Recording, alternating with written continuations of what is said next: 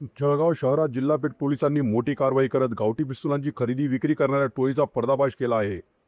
या कारवाईत 6 आरोपींना अटक करण्यात आली असून आरोपींकडून 8 गावठी पिस्तूल आणि 10 जिवंत काडतुसे जप्त करण्यात आली आहेत। जिल्हा पेठ पोलीस ठाण्याला मिळालेल्या गोपनीय माहितीनुसार यश रामदास नन्नावरे हा इंडियन गॅरेज परिसरात गावठी पिस्तूल बाळगून फिरत असल्याची माहिती पोलिसांना मिळाली होती।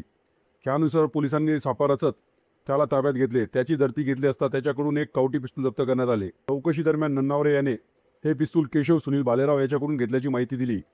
पुढील तपासात समाधान बळीराम निकम यांच्याकडून 2 गावठी पिस्तूल विकत घेतल्याचे समोर आले। पोलिसांनी तांत्रिक विश्लेषणाच्या आधारे समाधान निकम याचा शोध घेत नेरी तालुका जामनेर येथून ताब्यात घेतले। चौकशीत त्याने मध्य प्रदेशातून गावठी पिस्तूल आणून त्यांची विक्री करत असल्याची कबुली दिली। या प्रकरणात पोलिसांनी केशव सुनील बालेराव, विकास प्रकाश काकडे, गौरव देवीदास साळवे, जगदीश गजानन महाजन आणि कैलास राजेंद्र माळी या आरोपींनाही अटक केली आहे। या सर्व आरोपींकडून एकूण 8 गावठी पिस्तूल आणि 10 जिवंत काडतुसे जप्त करण्यात आली असून काही आरोपी यापूर्वी गंभीर गुन्ह्यांमध्ये वॉन्टेड असल्याची माहिती समोर आली आहे। या प्रकरणाचा पुढील तपास पोलीस उपनिरीक्षक गोपाल देशमुख करीत आहेत।